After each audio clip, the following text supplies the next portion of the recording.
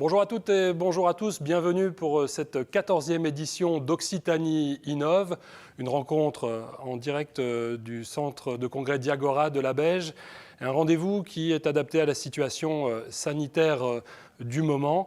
Néanmoins, nous ferons en sorte que ce rendez-vous soit le plus convivial possible et surtout que le contrat soit rempli, c'est-à-dire l'ambition est intacte. Nous avons l'ambition donc de vous permettre de passer du stade de l'idée à celui de la réalisation. Pour y parvenir, tout au long de la journée, vous pourrez échanger sur les quelques 230 e-stands qui composent le salon virtuel avec donc des professionnels. Je m'appelle Guillaume Mollaret, je suis journaliste et tout au long de la journée, nous allons nous retrouver pour des rendez-vous avec des PME et des bureaux d'études régionaux qui sont soit pionniers, soit qui se sont convertis à l'économie circulaire et nous verrons avec eux comment est-ce qu'on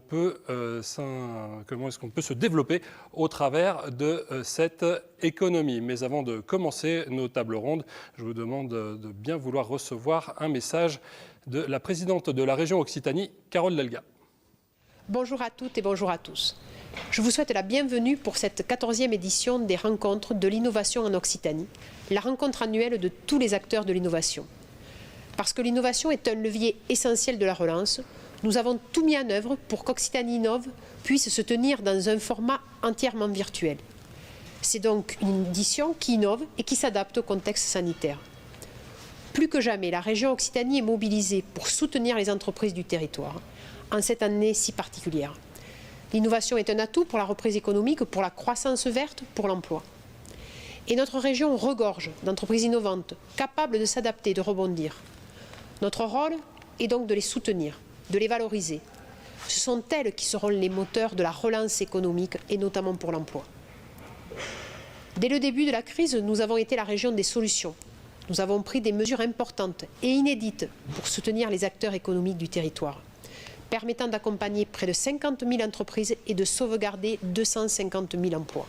Avec plus de 200 exposants, Occitanie Innove, organisée par l'agence ADOC, que je préside également, est un véritable carrefour pour les entreprises qui souhaitent innover, trouver des partenaires technologiques, financiers ou se faire accompagner dans leurs réflexions, dans leurs projets. Comme les années précédentes, elles peuvent échanger en direct avec tous les partenaires de l'innovation en région et trouver un accompagnement adapté. Grâce à une exposition virtuelle avec plus de 200 exposants, des entreprises, des plateformes technologiques, des laboratoires, des pôles de compétitivité, des clusters, des prédiag innovation qui permettent aux entreprises d'échanger en direct avec les partenaires de l'innovation les plus pertinents pour passer de l'idée au produit. Chaque année, plus de 300 prédiag sont réalisés par l'agence ADOC et les membres du réseau Innovation. Et ça fonctionne. Un an après, plus de 80% de ces prédiag se concrétisent par un projet ou un partenariat réel. Un programme d'ateliers numériques sur les dispositifs mis en œuvre par la région pour soutenir l'innovation dans le cadre de son plan de relance et sur la thématique innovation et économie circulaire. La cérémonie de remise des trophées du 40e concours régional Les Innovations. Ce soir à 18 h, la cérémonie des trophées prendra la forme d'une émission en direct. L'Occitanie a d'incroyables innovations. 7 entreprises recevront un prix. Occitanie Innove est devenu un rendez-vous incontournable dans notre région, avec cette année un accent fort sur l'économie circulaire et l'innovation. Que cette nouvelle édition adaptée, entièrement virtuelle, suscite des rencontres fructueuses pour l'innovation, la croissance et l'emploi en Occitanie. Vous êtes président fondateur de TESIC, une société basée à Montpellier et Toulouse et qui travaille sur la décontaminaison des eaux par UV, c'est bien ça ? Tout à fait, oui. La désinfection de l'eau par l'aide UV précisément, qui est une technologie innovante, l'épuration et le traitement des eaux usées, grises notamment. Et depuis la crise sanitaire, nous avons des solutions de désinfection qui sont adaptées à la désinfection de surface et textile, notamment dans le cadre de la pandémie de coronavirus. Nous y reviendrons. Christopher Lang, directeur général et fondateur de BioC3, une société toulousaine de biochimie. Bonjour. Bonjour, merci encore de me recevoir ici. Dans quel secteur d'activité est-ce que vous évoluez exactement, plus précisément ? Alors, comme vous avez dit, biochimie. Alors, nous, on est parti d'un constat avec le C3, c'est que du coup, aujourd'hui, un des effets majeurs en fait de la consommation en fait de carbone non renouvelable aujourd'hui est un problème de société. Donc du coup en fait on part d'un procédé qui est un procédé microbien pour produire des molécules chimiques comme vous disiez. Donc c'est une innovation qui permet donc d'utiliser du carbone renouvelable et donc de faire des cultures en fait de ces micro-organismes pour produire des molécules d'intérêt pour l'industrie pharma, cosmétique mais aussi agro. Et à vos côtés, Bruno Bouteille, directeur général de la société castraise Cirea, qui œuvre dans le secteur des systèmes automatisés au bénéfice notamment de l'énergie. Exactement. Donc Cirea, c'est une entreprise de 35 personnes basée à Castres, qui travaille dans la transition énergétique et plutôt dans l'efficience énergétique et dans le pilotage. Juste pour information, sur cette transition énergétique, on travaille aussi en Afrique, puisqu'on a une filiale en Afrique. Et donc, nous sommes sur une activité aujourd'hui qui est très porteuse, notamment par l'autoconsommation. Et en visioconférence avec nous, depuis Montpellier, Catherine Pommier, directrice innovation de l'Agence de développement économique ad hoc. Bonjour Catherine. Bonjour à tous. Désolée, je suis qu'à contact, donc je ne peux pas être parmi vous physiquement, mais je suis avec vous en ligne, bien connectée. Alors, Catherine, puisque vous avez le micro, on va peut-être commencer avec vous. Alors, Nadia Pelfig, la vice-présidente de la région, aurait dû être avec nous ce matin, et puis un petit souci l'a empêché d'être avec nous également. Donc, peut-être revenir sur cette année qui a été un petit peu exceptionnelle pour tout le monde, hein. Ça c'est le cas de le dire, oui. Mais dans la région, comment est-ce que les services, j'allais dire, ont travaillé et comment ces offres se sont adaptées à la situation du moment? Donc nous, effectivement, sur l'agence, on a été particulièrement mobilisés dès le départ auprès des entreprises. Ce qui est rassurant en tout cas pour l'innovation, c'est qu'effectivement, il y a beaucoup d'entreprises qui ont continué à innover et même ont utilisé le levier de l'innovation dans le cadre de cette crise pour continuer à se développer et anticiper la sortie de crise. Pour vous donner un ordre d'idée, sur une année normale, on accompagne à peu près entre 500 et 600 projets d'innovation sur l'année au sein de l'agence ad hoc, et rien que sur l'année 2020, on a accompagné près de 900 projets. Donc ça fait une forte augmentation par rapport à d'habitude, ce qui montre bien l'impact de l'innovation, que les entreprises considèrent que l'innovation peut être un vrai levier de croissance. Alors, Thomas Zunino, vous l'entendez, il y a eu une appétence, on va dire, des entreprises pour l'innovation cette année. Est-ce que cette année a été pour vous un temps propice à cette innovation, ou est-ce que la situation sanitaire, au contraire, vous a un peu gelé?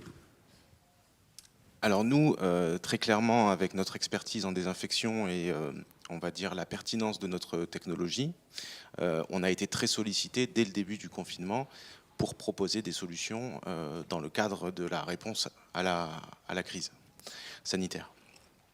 Donc on a réussi finalement à monter complètement tout un nouveau cycle d'innovation sur une nouvelle application, un nouveau marché, mais qui était à ce moment-là dans un contexte vraiment de réponse à la crise sanitaire.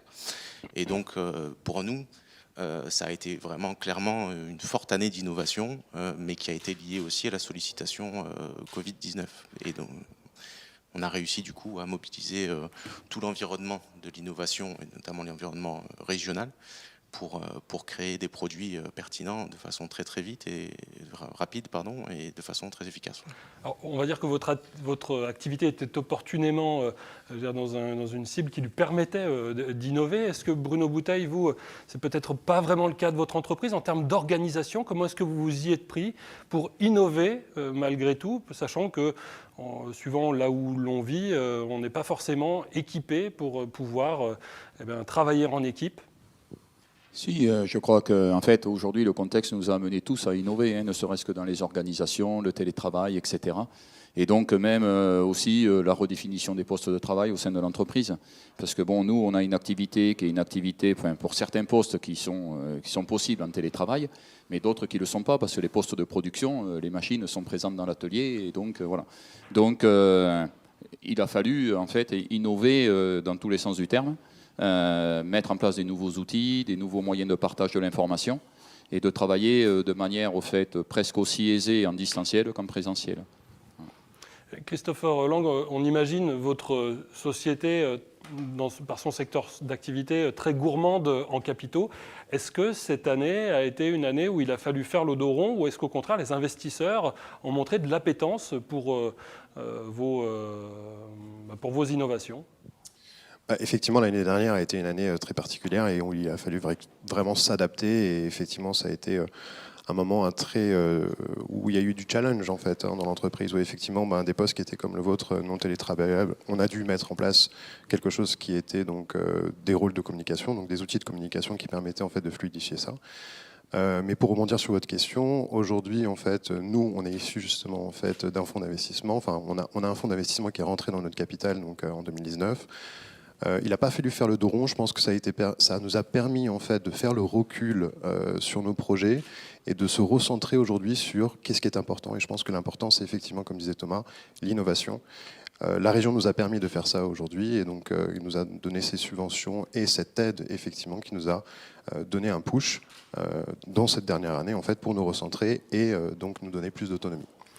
Catherine Pommier, Christopher Lang parle de ce push. Effectivement, la région a décidé de déplafonner certaines aides pour permettre un accompagnement plus poussé des entreprises d'Occitanie. Alors effectivement, la région, dès le mois de mars, s'est mobilisée en votant un plan d'urgence qui s'élevait à 370 millions d'euros.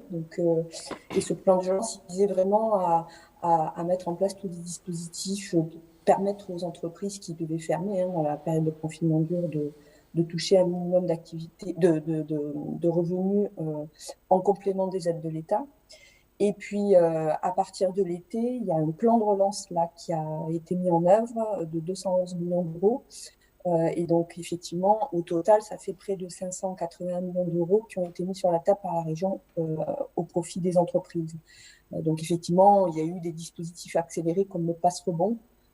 C'était une aide qui avant était plafonnée à 20 000 euros par entreprise et là elle a été déplafonnée à 200 000 euros et ça a permis effectivement d'accélérer considérablement l'investissement dans les entreprises puisque c'est des dispositifs très faciles à mobiliser. Voilà, donc cette aide-là, elle a été mise en place jusqu'au mois d'août et ensuite elle a été transformée en passe relance où là on est redescendu sur des niveaux plus petits parce que les mesures d'urgence étaient faites, mais on est quand même sur des montants de 60 000 euros mobilisables assez facilement, puisque le dispositif PASS, c'est un dispositif quasi automatisé. On fait la demande et on touche l'aide assez rapidement. Enfin, l'instruction est très rapide. Voilà, donc ça, effectivement, ces dispositifs-là ont permis de soutenir l'investissement. Pour vous donner un ordre d'idée sur l'innovation, puisque moi, c'est ce qu'on gère, sur les dispositifs d'aide qu'on a mobilisés au niveau de l'agence sur l'année 2020, on est sur près de 185 millions d'euros investis en R&D par les entreprises qu'on a accompagnées sur l'année 2020 et on a mobilisé et sollicité plus de 91 millions d'euros d'aide. Voilà, rien que sur les entreprises accompagnées par l'agence. Donc, effectivement, et ça grâce aux dispositifs régionaux. 85 millions d'euros d'un côté, 90 de l'autre, versus une année normale, on se situe à quel niveau ? Le double. Le double. Le C'est double. le double de ce qui est fait habituellement. On est plutôt sur 90 millions d'euros d'investissement pour 30 à 45 millions d'euros de subventions ou d'aides publiques. Là, c'est le double. Merci. Est-ce que l'une ou l'autre de vos sociétés a pu bénéficier, Christopher Lang, je vous vois hocher la tête, dans quelle mesure est-ce que vous avez pu bénéficier de cette aide et au-delà de l'opportunité, qu'est-ce qu'elle vous a permis de réaliser en plus de ce que vous auriez pu faire lors d'une année normale ? Alors, comme vous disiez, on a vraiment bénéficié en fait de ce passe-rebond qui a été déplafonné, ce qui nous a vraiment créé en fait une opportunité quelque part de se recentrer sur ces projets et d'acquérir en fait des équipements, parce que du coup il y avait plusieurs volets sur le passe-rebond. Nous, on est vraiment allé sur le volet investissement, ce qui nous a permis en fait d'acquérir un équipement qu'on n'aurait pu que rêver quelque part avec nos finances. Ça nous a donné cette autonomie analytique qu'aujourd'hui on n'avait pas, mais indirectement, Cela nous a permis aussi donc, de créer en fait, de l'emploi, puisque du coup, investir dans un équipement n'était pas possible avant en fait, cette libération du pass rebond. Maintenant que cela a été fait, c'est concrètement une embauche d'une étude, d'une ingénieure à partir de janvier de cette année, et de pouvoir indirectement créer de l'emploi. Donc à la fois, vous avez pu acheter du matériel et aussi embaucher. Donc, tout à fait. En clair, ça vous a fait gagner combien de temps sur votre plan de développement? Je dirais clairement 6 mois. 6 mois, d'accord. Thomas Zunino, vous, dans quelle mesure est-ce que vous avez bénéficié de ces aides et comment est-ce que vous en avez eu vent? Donc nous, faut savoir qu'on travaille avec ADOC et la région depuis le départ de l'entreprise. Donc on a aussi un réseau technique et scientifique régional avec qui on travaille, puisqu'on a un métier qui est quand même fondamentalement pluridisciplinaire. Et il y a de l'expertise en région, beaucoup d'expertise. Donc en fait, on a monté un programme d'innovation directement à travers un programme RedInnov pour créer depuis zéro un produit qui réponde aux besoins du marché, en tout cas de la crise à ce moment-là, en désinfection. Donc on a vraiment créé un projet d'innovation collaborative avec de la recherche publique et privée impliquée et différents acteurs pour aller très très vite sur la création, l'innovation du produit et sur sa validation également, puisque dans notre métier, il faut effectivement bien valider l'efficacité de nos produits quand on désinfecte, surtout dans une pandémie virale. Alors, contrairement à l'activité de Christopher Lang, qui s'inscrivait sur le long terme, sur un investissement long terme, vous vouliez répondre à une urgence. Est-ce que ça vous a permis aussi de mieux appréhender votre environnement et de mieux identifier peut-être des partenaires régionaux qui n'étaient pas forcément dans votre panorama? Alors, on travaillait déjà sur cette problématique-là en recherche et développement. Le traitement de l'air et des surfaces était pour nous identifié comme un relais de croissance à plus ou moins long terme, on va dire. Donc, on avait déjà les partenaires et c'est ça qui nous a permis de réagir très vite et avec précision et qualité en termes d'innovation. Donc on avait déjà les partenaires et on a réussi à monter le programme également de façon très très rapide avec ADOC et la région. Donc ça nous a permis d'accélérer très très vite, mais ce qui était déjà plus ou moins identifié en termes de partenaires. Bruno Bouteille, comment est-ce que vous avez eu vent des aides de la région qui ont donc été déplafonnées exceptionnellement l'an dernier? Nous, en fait, on est une entreprise qui a des relations depuis fort longtemps déjà aussi avec la région, et la région a mis en place beaucoup de communication. Donc, en fait, on a déjà eu aussi plusieurs soutiens de la part de la région, que ce soit pour l'export, parce qu'on avait bénéficié d'un pass export, notamment pour le Cambodge et le Vietnam. Mais aujourd'hui, cette année, en fait, on a investi, grâce au travers du pass rebond, sur un outil de production qui nous a permis de réinternaliser en fait une production sur laquelle on réfléchissait. Voilà, et ça nous a permis d'aller très très vite, et on ne l'aurait certainement pas fait avec ce niveau d'ambition si on n'avait pas eu le pass rebond. Donc ça nous permet de consolider nos activités. Et en plus, ça nous permet aussi de développer d'autres activités vers des tiers. Donc, en fait, je pense que la région, pour ça, elle communique énormément vers les entreprises. Et je pense que ce soit au travers des CCI, etc., on a quand même beaucoup d'informations à ce niveau-là, quoi. Alors, vous parlez d'internalisation. Où est-ce que vous faisiez réaliser ces productions auparavant ? On avait une partie de la production qui était faite à l'étranger, une partie qui était faite localement. Mais bon, il faut quand même rappeler qu'au début de la pandémie du Covid, c'était quand même une période qui était extrêmement anxiogène. Et on avait des fournisseurs qui, en fait, avaient réorienté leur production et qui avaient considéré que les fournitures qui nous livraient n'étaient plus stratégiques et ne rentraient plus dans leur... Voilà. Et donc nous, en fait, ça nous mettait quand même en péril. Donc on avait cette réflexion de se dire comment on peut sécuriser en fait nos propres approvisionnements, nos propres productions. Et donc, au travers du pass rebond, on a pu agir très très vite et investir très très rapidement, chose qu'on n'aurait certainement pas fait sans l'accompagnement de la région. Un exemple qui revient à notre thème de la journée, qui est celui de l'économie circulaire. Catherine Pommier, comment est-ce que vous-même vous êtes réorganisée? Parce que le propre d'un conseiller d'ADOC ou d'un de ses consultants, c'est de se rendre dans les entreprises. Et là, il a fallu aider des entreprises sans forcément vous rendre sur site. Alors effectivement, nous, on a revu complètement notre façon d'opérer, puisque Notre quotidien, c'est de monter des événements technologiques à destination des entreprises, des événements pour susciter justement les découvertes de nouvelles technologies qui émergent, des exemples d'innovation qui peuvent être développés et pour aider les personnes à se faire rencontrer. C'est des rencontres B2B donneurs d'ordre et offreurs de solutions technologiques. Et c'est de l'accompagnement individuel dans l'entreprise où effectivement Charles Mission se déplace dans l'entreprise. Donc en cette période-là où on a été complètement confiné, il a fallu alors qu'il fallait être plus que jamais présent auprès des entreprises, on a complètement revisité notre offre. Donc visio, comme beaucoup, donc entretien en visio, échange par mail. Alors effectivement, comme nous, on est une agence de 180 collaborateurs et qu'on est présent dans 13 départements, on était déjà bien équipés dans les outils de visio. Il a fallu s'adapter simplement en 100% virtuel, mais on avait quand même déjà des bons prérequis et des bons outils pour ça. Là où on a vraiment changé notre fusil d'épaule, c'est sur les événements, puisqu'il fallait quand même qu'on soit présent aussi de manière collective et continuer à animer le territoire et être présent auprès des entreprises et en proximité pour leur donner de l'information déjà sur les nouveaux dispositifs, pour continuer à leur donner des éléments techniques sur les nouvelles innovations. Et finalement, on a réussi à maintenir, là où on organise à peu près 35 événements par an, là, on a réussi à maintenir une trentaine d'événements sur l'année. Et en termes de participation, on est toujours sur à peu près 6 000 participants sur nos événements qui ont participé en vidéo. Du coup, on a transformé nos journées en petits webinaires, ateliers techniques. Et nos rencontres B2B, on les a toutes passées en digital, comme Occitanie Innov aujourd'hui, qui est en full digital. Les rendez-vous se font via des plateformes de rendez-vous en ligne. Voilà. Donc nous-mêmes, on s'est équipé d'outils un peu plus performants pour virtualiser entre guillemets notre accompagnement.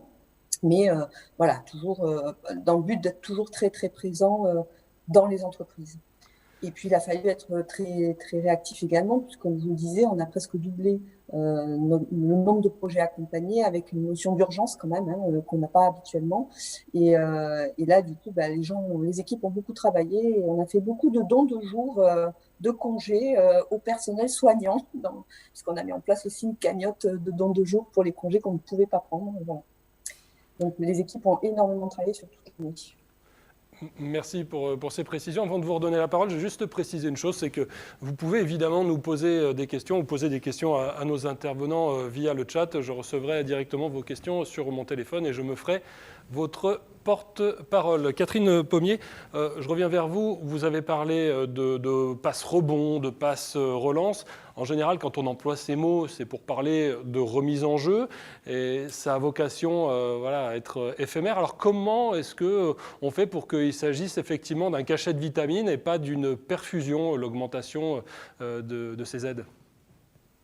Alors, l'augmentation de ces aides, elle a eu lieu surtout sur 2020, en période de crise. Là, la région est en train de travailler sur la mise en place d'un pacte sur le Green New Deal, un pacte vert, avec en prévision d'orienter les dispositifs aussi sur tout ce qui est projet autour, qui va renforcer la souveraineté et l'autonomie régionale.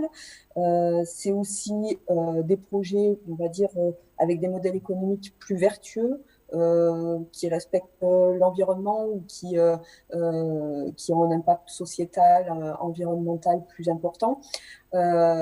Si on revient sur les dispositifs de financement, puisque effectivement là on a quelques exemples de dispositifs, le passe rebond c'était vraiment pendant la période de crise dure, de premier confinement.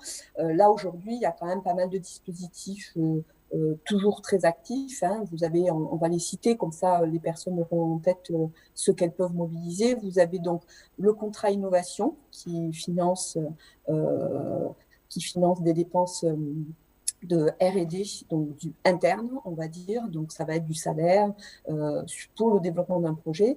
Donc le contrat innovation, on est sur des aides qui peuvent aller jusqu'à 50% sur l'assiette d'investissement. Vous avez également donc la société TESI qui l'a mobilisé le Redinov, qui est un appel à projet donc, qui se terminera fin septembre 2021, mais il sera renouvelé, et qui finance les dépenses de collaboration entre une entreprise et une entreprise ou une entreprise et un laboratoire. Donc l'idée, c'est effectivement de co-développer de la R&D à deux. Donc ça peut être soit entre entreprises et laboratoires. Et là, on est également sur des montants assez intéressants et de subventions de dépenses internes et de sous-traitance. Et puis, vous avez le pass relance, qui est jusqu'à 60 000 € d'aide de subventions pour des dépenses là qui peuvent être d'investissement d'équipement matériel, moins de dépenses internes, on va dire. Voilà. Donc, ce sont les 3 grands dispositifs qui sont les plus mobilisés aujourd'hui sur l'innovation et qui vont continuer à perdurer sur la nouvelle année. Il y a également un appel à projet en cours sur la relocalisation, c'est-à-dire des entreprises qui souhaiteraient relocaliser certaines activités en Occitanie. Donc, je les invite c'est ce qu'a fait Bruno Bouteille, par exemple. Pardon ? C'est ce qu'a fait Bruno Bouteille, par exemple. C'est ce que vous avez fait. Exactement. Oui. Voilà. Donc, si vous avez encore des dépenses liées à une relocalisation d'activité, n'hésitez pas à répondre à cet appel à projet RELOC, OCC, puisqu'il est toujours en cours et au fil de l'eau jusqu'à la fin de l'année. Et là, ça sera la possibilité d'examiner toutes les dépenses liées à votre projet de relocalisation qui pourraient être financées par des dispositifs régionaux. Voilà. Et puis, il y a l'agence ARIS aussi, qui va être prochainement créée. Donc, l'agence ARIS, c'est Agence régionale pour les investissements stratégiques, qui a vocation à intervenir en fonds propres, là, pour le coup, en complément de notre levée de fonds, pour aider certaines entreprises stratégiques qui voudraient développer des activités stratégiques qui renforceraient l'autonomie régionale, viendraient consolider des filières structurantes ou de nouvelles filières structurantes en région. Et donc, l'idée, c'est vraiment de soutenir ces entreprises-là qui veulent créer de l'activité, renforcer l'attractivité et l'autonomie de la région Occitanie. C'est-à-dire qu'au travers de ce fonds d'investissement local, indirectement, la région deviendrait actionnaire de certaines sociétés qui œuvrent dans des secteurs stratégiques, c'est ça ? Capital, voilà, pour les entreprises qui le souhaitent, bien évidemment. Alors, pas forcément au capital de l'entreprise en tant que telle, mais ça peut être des sociétés de projets qui sont créées justement pour ces activités-là, pour éviter de perturber l'actionnariat des entreprises. L'idée, c'est de pouvoir... mais vous aurez d'autres informations sur cette agence plus tard. Alors, Thomas Zunino, hors PGE, est-ce que vous avez fait appel à des investisseurs ou est-ce que vous aviez eu besoin d'un prêt cette année ? Alors oui, on a eu la chance de pouvoir bénéficier de plusieurs prêts. La BPI nous a soutenus également en dehors du PGE. On a eu la chance de bénéficier d'autres types de prêts qui étaient portés aussi par la région et par des entités bancaires. Et ça nous a été utile parce que c'est une année où on a créé de l'emploi, où on s'est développé. Donc il y a la partie innovation, mais derrière, il y a tout ce qui va avec pour aller sur le marché. Combien d'emplois est-ce que vous avez créé du coup cette année ? On est passé de 16 à 23 personnes, je crois, sur l'année. Donc dans le contexte, avec une innovation, c'est quand même très positif. Donc oui, on a eu besoin de cet argent-là et ces prêts nous ont beaucoup aidés. On s'est posé la question, on se la pose toujours, de faire rentrer du capital. On ne l'a pas fait sur 2020 et là on va certainement, en tout cas on est en train de le lancer, faire rentrer du capital éventuellement sur 2021, mais pour venir financer et booster le développement de ce nouveau marché qu'on a créé, qu'on a ouvert sur 2020 avec l'innovation qu'on a financée sur 2020. Donc on va le faire certainement maintenant. Christopher Lang, vous l'avez dit, vous avez fait rentrer un nouvel acteur à votre capital l'an dernier. Qu'est-ce qui a changé dans votre rapport aux investisseurs en 2020 par rapport aux années précédentes ? Est-ce qu'il y a d'autres exigences de la part des investisseurs ou peut-être que vous-même avez d'autres exigences de la part des investisseurs que vous accueillez ? Excellente question. Alors, je ne sais pas si nous, on a de la chance, mais en tout cas, nos investisseurs sont des personnes qui font confiance au projet et également en fait, à l'équipe et qui ont une vision très long-termiste. Donc effectivement, j'espère que cette situation, qui est forcément critique pour tous, ne va pas durer. Mais on n'a pas eu vraiment de changement en termes de relations ou de nouvelles demandes ou d'exigences de nos investisseurs. Je pense que, encore une fois, c'est la communication qui prime, d'expliquer en fait quelles sont les difficultés que nous rencontrons au quotidien. Nous, le 15 mars de l'année dernière, on s'est rendu compte que le lendemain, on devait fermer et on ne savait pas pendant combien de temps. Donc forcément, ça pose des questions, ça émet des doutes. Mais tout est là dans la construction de l'équipe, c'est d'avoir une équipe qui est assez forte en fait pour supporter le poids du changement et également aller de l'avant. Donc aujourd'hui, je tiens à remercier mes investisseurs qui ont quelque part pas changé leur stratégie et qui nous font confiance. Bruno Bouteille, on a effleuré tout à l'heure la notion d'économie circulaire donc, qui vous porte ou qui soutient en tout cas aujourd'hui votre philosophie d'entreprendre. Vous avez suivi ou vous êtes en cours de formation au sein de Terre de EFC. EFC, ça veut dire économie de la fonctionnalité. Si vous pouviez nous en dire un mot et nous expliquer ce que ça vous apporte, peut-être même nous définir en 2 mots ce qu'est pour vous l'économie de la fonctionnalité, ce qui n'est pas forcément évident pour tout le monde. Et de la collaboration. Et de la collaboration. Voilà. En fait, ça permet déjà, nous, à titre personnel, ça me permet en fait de revisiter aussi notre modèle économique. En fait, on n'est plus sur une vente, par exemple, de biens propres, mais plutôt d'un accompagnement, d'un service auprès de nos clients. Alors, je vais citer un exemple qui est tout simple. Je veux dire, j'ai par exemple besoin d'une voiture. Je sais que 80% de mes déplacements seraient suffisants avec une voiture électrique et par moment, j'aurais besoin d'un véhicule pour aller beaucoup plus loin et donc un véhicule électrique ne conviendrait pas. Bien, auparavant, j'aurais acheté 2 véhicules. J'aurais acheté un véhicule électrique et puis un véhicule thermique pour faire les longs déplacements. Là, avec EFC, peut-être on va se poser la question différemment et on va offrir un service qui est d'offrir en fait finalement un véhicule. Et le jour où vous avez besoin du véhicule électrique, vous prenez un véhicule électrique. Et lorsque vous avez besoin d'un véhicule thermique, on vous présente un véhicule thermique. Vous voyez, donc en fait, on n'est plus simplement dans une vente de biens, mais on est plutôt dans un accompagnement en fait après derrière de l'usager et de l'amener en fait à consommer de manière durable. Et non plus d'être dans une logique purement marchande, quoi. Voilà.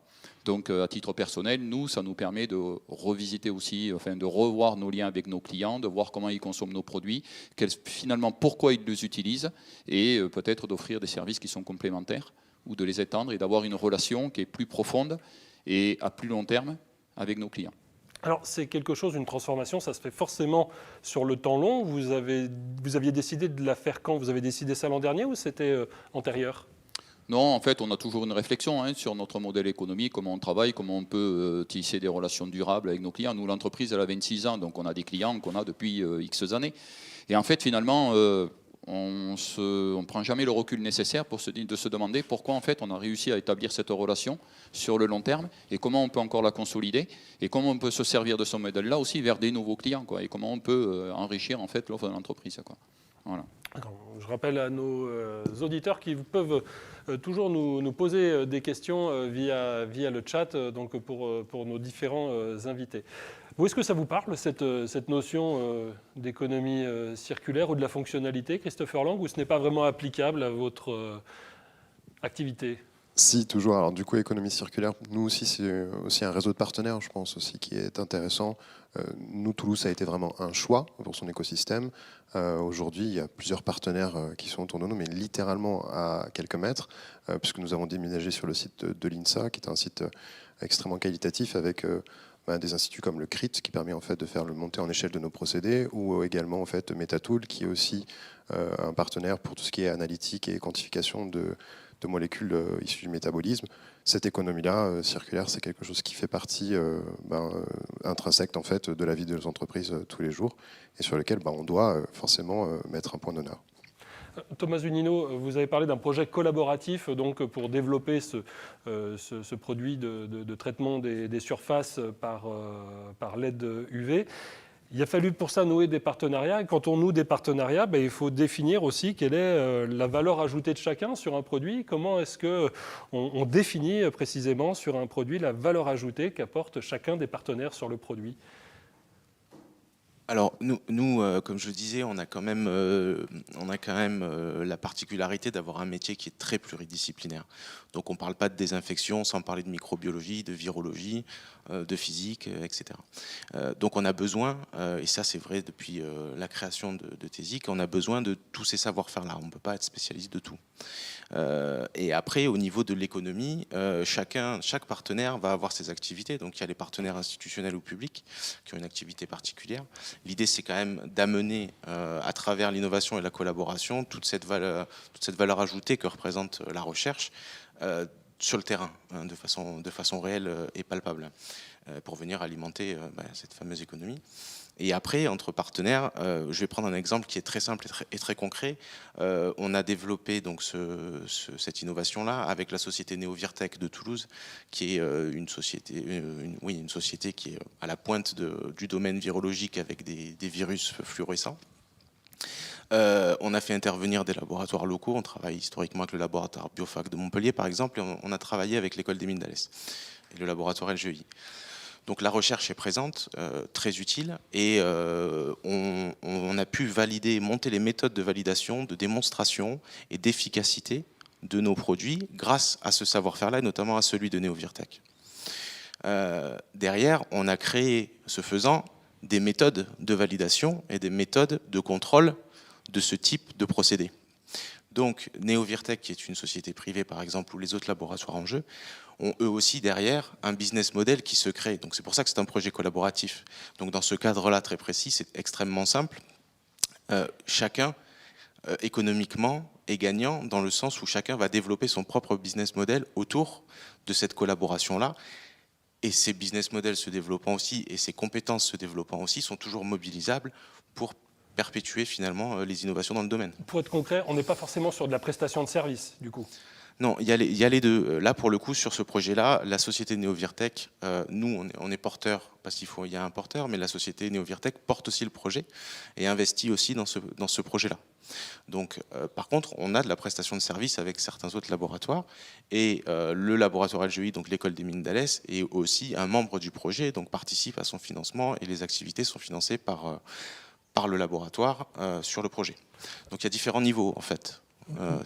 Bernard Bouteille, quand on voit cette pluralité de partenariats, on se dit, oh là là, est-ce qu'il faut créer une société finalement pour créer une société de projet ensemble, comme l'évoquait tout à l'heure aussi Catherine Ponnier. On peut se dire, oh là, pour une PME, c'est quand même une usine à gaz. Est-ce que finalement c'est aussi simple que ça à mettre en place, comme le décrit Thomas Zunido ? Ouais, je crois que quand même, on est quand même aussi dans des relations humaines. Donc il y a aussi un climat de confiance qui doit s'établir au préalable. Je pense qu'effectivement, on parle de PME, donc on a des relations directes entre entrepreneurs. À un moment donné, c'est clair qu'on peut se poser la question, doit-on rester deux entités indépendantes et collaborer ensemble parce que c'est au profit de chacun? Faut-il à un moment donné monter une société commune? Je pense que c'est aussi la taille du marché qui en décide. Donc, mais voilà, je pense qu'avant toute chose, il faut se dire qu'on est sur des relations humaines et de collaboration. Et donc, on ne collabore pas avec quelqu'un avec qui on n'a pas confiance. Christopher Lang, qu'est-ce qui a changé en bien, finalement, durant cette année un peu particulière, dans vos relations de travail et également dans vos process ? Le fait de se recentrer sur divers... Enfin, on a plusieurs projets qu'on voulait mener tout ça bien, et finalement, on s'est rendu compte qu'on devait absolument se recentrer en fait, sur certains projets qui étaient prioritaires. Au sein de notre équipe, déjà, la communication. Enfin, je pense que du coup, en fait, tous les outils qui ont été mis en place ces derniers temps en fait, nous ont permis en fait, d'apprendre à mieux communiquer, à communiquer de façon plus facile, parce que du coup, en fait, on a maintenant plusieurs plateformes pour communiquer. Et je pense que vraiment en bien, ce mot communication est donc le plus important. Après, intra-entreprise, c'est vrai que du coup, en fait, ça nous a permis en fait, de revoir nos process aussi et d'optimiser pour réattaquer derrière. Alors, Catherine Pommier, il y a la question de la communication que soulève Christopher Lang, elle est intéressante parce qu'il y a à la fois la communication externe, mais également la communication interne qui a dû être révisée. Comment est-ce que vous y êtes pris, vous-même, au sein de vos services ? Nous, on a mis en place un rendez-vous de la direction innovation tous les lundis, où on passait en revue en fait tous les problèmes que pouvaient rencontrer les personnes, ou c'était dans les deux sens, hein, c'était faire descendre de l'information à toute l'équipe en même temps, parce que on n'a plus les postes café, on n'a plus les entretemps de travail, hein, les déjeuners, etc. Donc effectivement, ça a été la mise en place d'un rendez-vous de toute l'équipe le lundi matin, et puis on a mis en place aussi un espace café qui permettait aux gens de pouvoir s'interpeller dans la journée. Et voilà, donc effectivement, la communication interne est très, très importante. Merci Catherine. Thomas Zunino, même question pour vous. Qu'est-ce qui a changé en bien dans vos process? On entend que voilà, vos collaborations, elles se baladent, j'allais dire presque de Tarbes à Alès, donc finalement sur l'ensemble du territoire qui est quand même assez large. Donc créer ce lien, c'est aussi quelque chose qui a priori n'est pas forcément évident.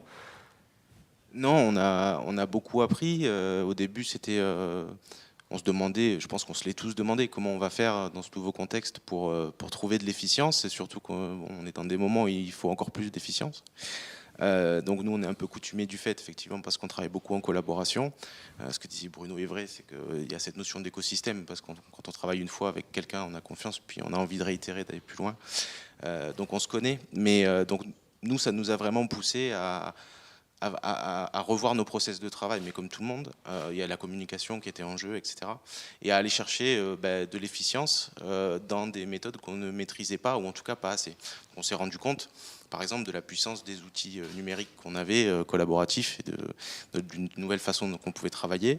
Et puis ça nous a aussi obligés à nous remettre en question de façon totale, même les aspects commerciaux ont complètement changé, l'état du marché a changé, la notion d'export a changé, tout a changé d'un coup, donc il a fallu se remettre en question et trouver des solutions pour continuer d'avancer, pour innover aussi sur d'autres plans, pour arriver à avancer. Donc aujourd'hui, on est quand même beaucoup plus fort, ou beaucoup plus armé, j'ai envie de dire, et on a appris énormément dans ce contexte-là. Alors, on ne reviendra jamais à l'instant zéro, je pense, d'avant Corona, mais petit à petit, on va retrouver le droit des post-cafés ou le droit des échanges, etc. Donc, je pense que les deux vont se mêler. Et du coup, je pense qu'on va avoir une panoplie d'outils et des process qu'on a essayé d'optimiser en termes d'efficience qui va être décuplé, en fait, et on pourra prendre le meilleur de chaque. Donc, je pense qu'on a beaucoup progressé à tous les niveaux, en essayant de se réinventer quand tout un monde qu'on connaissait bien, où on avait un plan bien tracé, s'écroule d'un coup et qu'il faut trouver des solutions, quoi. Nous avons une question qui nous arrive d'un auditeur. Donc, on nous demande la façon dont ont été accompagnées les entreprises pour le lancement, dans le lancement de leur innovation de projet. Comment est-ce que concrètement vous avez été accompagné, Bruno Bouteille, lors notamment de cette réinternalisation ou relocalisation, comme on l'appelle, d'une activité industrielle? Bon, là, c'était dans le cadre en fait du montage du dossier, etc. Mais si vous voulez, puisqu'on parle de développement de projets, la région lance aussi beaucoup d'appels à projets qui permettent en fait d'être la première brique qui permet en fait, la première marche qui permet d'aller vers un projet d'innovation. Par exemple, nous à Cirea, on a développé ce qu'on appelle une station verte. C'est une ombrière photovoltaïque qui permet de faire de la recharge photovoltaïque sur les véhicules électriques et qui permet en même temps de faire de l'autoconsommation pilotée vers le bâtiment. Voilà. Donc en fait, nous à notre niveau à Cirea, on a répondu à un appel à projet autoconsommation de la région innovation et on a intégré un tel équipement chez nous qui nous sert à la fois de démonstrateur et de laboratoire. Et voilà. Et en fait, la région nous a permis d'obtenir un financement de 30%. Et donc, ça nous a permis en fait d'améliorer nos algorithmes de pilotage et donc de passer du temps dessus, chose qui aurait été difficilement possible autrement. Et donc, du coup, ça c'est un premier levier qui est vraiment important parce que du coup, on arrive à peaufiner en fait, on va dire, notre équipement. Et donc, en fait, à pouvoir le déployer par la suite, quoi. Christopher, on se dit toujours que c'est compliqué de monter des projets, puis quand on est patron d'une PME où on est quand même pas forcément très nombreux, on a toujours mieux à faire que de monter un dossier. C'est en tout cas ce qu'on se dit parfois, on le met parfois au second plan. Je reviens sur cette question de l'accompagnement. Comment est-ce que vous êtes accompagné pour monter ces dossiers? Parce que parfois, on peut avoir un dossier j'allais dire, qualitatif sur le fond, mais parce qu'on ne sait pas le remplir, finalement, on passe à côté. C'est tout le rôle en fait de l'accompagnement et du conseil en fait qui est donné par la région. En fait, on a vraiment une relation humaine aujourd'hui, donc avec notre conseiller qui lui quelque part nous amène en fait à remplir les bons dossiers, parce que je pense qu'avant de remplir un dossier, en fait, c'est aussi choisir en fait quelles sont les offres diverses qui s'offrent à nous et quelles sont celles qui sont les plus adaptées en fait à notre situation. Donc on se retrouve quelque part amené avec ce conseiller à monter ce dossier ensemble, avoir des révisions ensemble, une communication, encore une fois, pour arriver. Et puis obtenir effectivement un ratio entre le temps passé pour monter des dossiers et le retour qui soit bien évidemment profitable. Catherine Pommier, je reviens vers vous sur un plan strictement opérationnel. Quand on veut remplir un dossier, quand on s'appelle TESIC ou qu'on s'appelle BioC3 ou CIREA, combien de temps est-ce que ça prend entre le moment où je décroche mon téléphone et je vous appelle, vous ou vos chargés de mission, pour savoir si je peux prétendre à une aide, et puis le moment où je valide et je peux envoyer ce dossier? Alors, ça dépend du projet, je dirais, et de l'ampleur du projet. Ça dépend aussi de la disponibilité. Grosso modo, ce que je comprends dans la question qui a été posée, c'est effectivement, on dit accompagner, mais concrètement, qu'est-ce que ça veut dire accompagner? Parce que ça veut tout et rien dire. Donc, effectivement, là où on peut positionner l'accompagnement d'ad hoc, c'est que souvent l'entreprise elle vient de voir en disant voilà, je veux développer tel produit ou mon activité historique est en train de se fatiguer. Alors là, ça a été plus que jamais vrai sur cette année-là. Il faudrait que je diversifie mon activité ou que je repositionne mon offre. Donc d'abord, l'accompagnement, il va être sur appréhender le projet dans sa globalité, c'est-à-dire regarder quel est le positionnement de ce produit ou de ce nouveau produit ou de ce nouveau service par rapport à ce qui existe, c'est-à-dire l'état de l'art. Est-ce que c'est innovant? Est-ce que ça ne l'est pas? Est-ce qu'il y a beaucoup de concurrence? Donc, c'est circonscrire un petit peu l'environnement du projet, les aspects réglementaires aussi. Parce que souvent, dans l'innovation, il y a des réglementations qui s'appliquent et il faut pouvoir les respecter. Et on l'a vu notamment dans le cadre de la période de la crise sanitaire, quand on voulait développer des masques ou développer des nouveaux produits, il fallait que ces dispositifs soient certifiés pour pouvoir être mis sur le marché. Voilà, donc il y a tous les aspects réglementaires, les aspects juridiques également. Donc on va regarder et appréhender le projet dans sa globalité par rapport à tous ces aspects-là et on va aider l'entrepreneur ou le dirigeant à checker en fait tous ces points avant de se lancer dans le projet. Et ensuite on va l'aider à structurer le projet parce que souvent on nous dit je veux qu'à la fin de l'année ça soit sur le marché, mais en fait il y a plusieurs étapes, il faut passer par plusieurs étapes pour dérisquer au fur et à mesure le projet d'innovation. Donc ça va être effectivement de dire la première étape à faire et le premier verrou technique à lever, c'est celui-là. Donc, pour lever ce verrou, on va opérer de telle façon.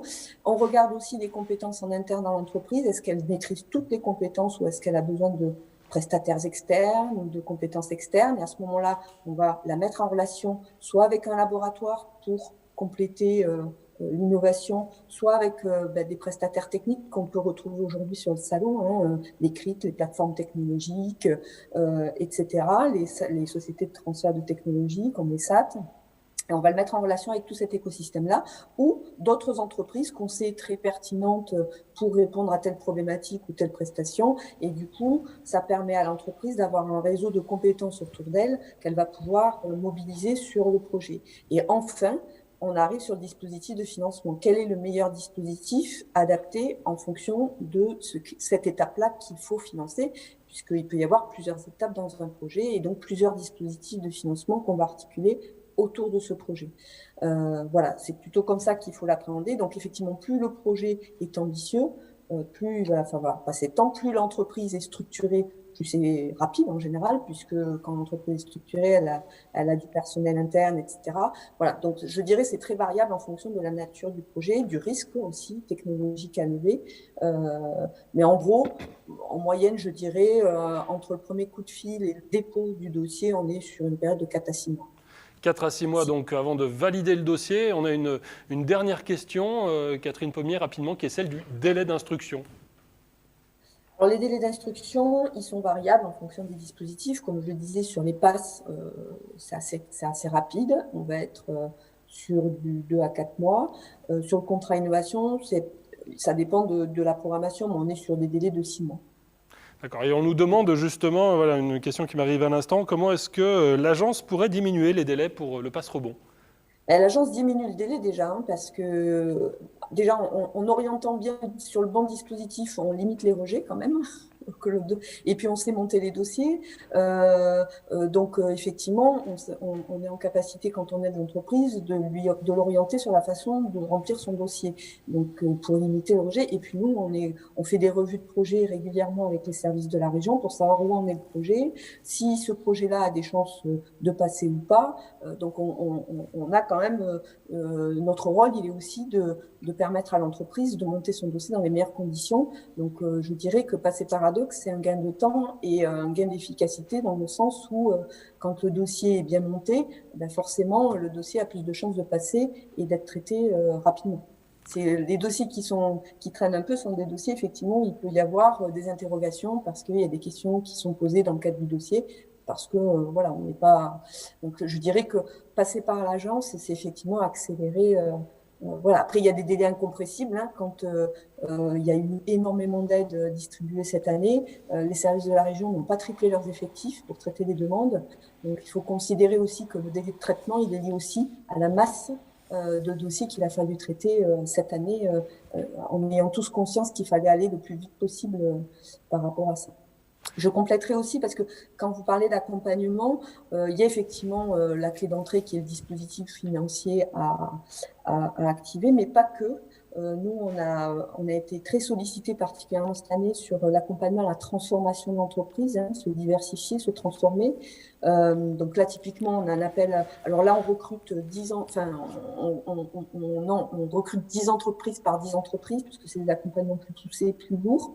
Donc, on a un appel à candidature en cours sur l'accompagnement à la transformation digitale. Donc, n'hésitez pas pour les entreprises qui ont besoin de se faire aider sur ce sujet-là, parce qu'on a eu pas mal de demandes, notamment cette année, accompagnement à la transformation digitale et accompagnement à la transition écologique également. Ce sont deux appels à projets qu'on lance là. Si vous voulez des renseignements, vous pouvez aller sur le stand d'ADOC pour regarder comment candidater. Et là, l'objectif, c'est de sélectionner 10 entreprises sur le territoire et de les accompagner sur toute une année sur cette transformation-là et cette diversification. Nous reviendrons tout à l'heure d'ailleurs avec Christelle Guillon sur cet appel à projet sur la transition écologique et innovation. Merci Catherine Pommier, directrice innovation à l'agence ADOC. Merci Thomas Zunino pour TESIC, Christopher Lang pour BioC3 et Bertrand Bouteille pour CIREA. Merci à tous les quatre. On se retrouve à 10h30 pour évoquer ensemble l'économie circulaire comme opportunité d'innovation